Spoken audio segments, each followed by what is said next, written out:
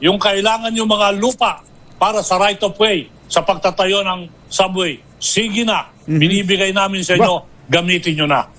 Tingnan mo nga naman, libre yun, Secretary, libre. Wala akong gastusin sa gobyerno, pangtulong nila para magkaroon ng patotoo at buhay yung ating tinatawag na subway project. Yung mga malalaking landowners, mga malalaking landed estate na tatagpasin ng ating tinatawag na Manila subway, binigay ho ng Robinson, ng Megaworld, ng Blank, ito ho yung kumpanya ni Mr. Chavit Simpson, yung Ortigas Company dito sa show, na kung saan sabi nila, yung kailangan yung mga lupa para sa right of way sa pagtatayo ng subway, sige na, binibigay namin sa inyo, gamitin nyo na. Tingnan mo nga naman, libre yun, Secretary, libre. Wala akong gastusin sa gobyerno, pangtulong nila para magkaroon ng patotoo at buhay yung ating tinatawag na subway project. As of today, for the partial operability section, the contract package 101 of the Metro Manila Subway Project, the DOTR has already acquired 204,000 square meters of land and 601 structures from 333 property owners, 72% of whom voluntarily sold to DOTR without need of long and protracted expropriation proceedings in court and in full compliance with JICA social safeguards. Together with the local government of Valenzuela City, we have already completed the successful and no forced eviction resettlement of 183 informal settler families, also in full compliance with JICA social safeguards. Today, to demonstrate that delivering the Philippines' first subway is not only an all-of-government affair, but is also an all-of-country undertaking, we will be signing 4 right-of-way usage agreements with private property owners who, as a gesture of support to the Duterte administration's Build, Build, Build program and the subway project, and founded on their trust and confidence that Secretary Artugade has earned for the DOTR,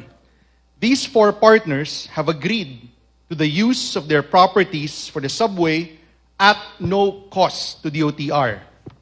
Libre pong magagamit ng DOTR ang mga lupang ito para sa ating subway project.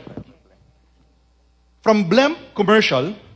6,700 square meters will be used for the permanent structures of the Ortigas station, and an additional 3,300 square meters will be used for the temporary facilities during construction. From Megaworld Corporation, 8,200 square meters will be used for the permanent structures of Kalayaan Station and Loton Station, and an additional 14,400 square meters will be used for temporary facilities during construction. From Ortigas and Company, 5,200 square meters will be used for the permanent structures of Shaw Station, and an additional 3,000 square meters will be used for temporary facilities during construction. And from Robinson's Land Corporation, 1,700 square meters will be used for permanent structures of the Tandang Sora Station, and an additional 6,300 square meters will be used for temporary facilities during construction. From these 4 partnership agreements alone, Filipino taxpayers will save approximately 7.5 billion pesos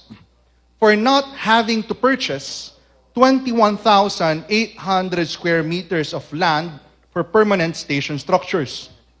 and will further save 770 million pesos per year for up to 5 years for not having to lease 26,900 square meters of land for temporary facilities during construction. Notably, with substantial right-of-way and site requirements for Ortigas Station already being provided by Blemp Commercial, and the same requirements for Shaw Station being provided by Ortigas and Company, our contractor for contract package 104, whose contract we signed earlier, should be able to immediately mobilize. Ladies and gentlemen, the successful delivery and execution of the Philippines' first subway requires a lot of trust and confidence from all fronts. Trust and confidence from our investment decision makers, the members of the Investment Coordination Committee, and the members of the NEDA board, without which we will not be able to proceed with project implementation. Trust and confidence from our development partners, including the Japan International Cooperation Agency for the MMSP, without which we will not have the funds needed to build the projects that we need within the time frame that we need them. Trust and confidence from contractors and the industry, such as the Tokyo Tobishima Megawatt JV, without which we will not have successfully and competitively tendered the contractors or the contracts for the contractors who will build our projects. And of course, trust and confidence from our project-affected property owners, without whom projects cannot start and cannot proceed. Under the visionary and inspiring leadership of our Secretary, Secretary Artugade, grounded on good governance, uncompromising good governance, and positive values, culture, and ways of doing things, the DOTR is thankful that it has earned the trust and confidence needed to get our projects turned from dream to reality. Again, with all of the major elements needed already in place, paparating na po ang pangako ni Pangulong Rodrigo Roa Duterte na golden age of infrastructure para sa Pilipinas at isang mas komportableng buhay para sa bawat Pilipino.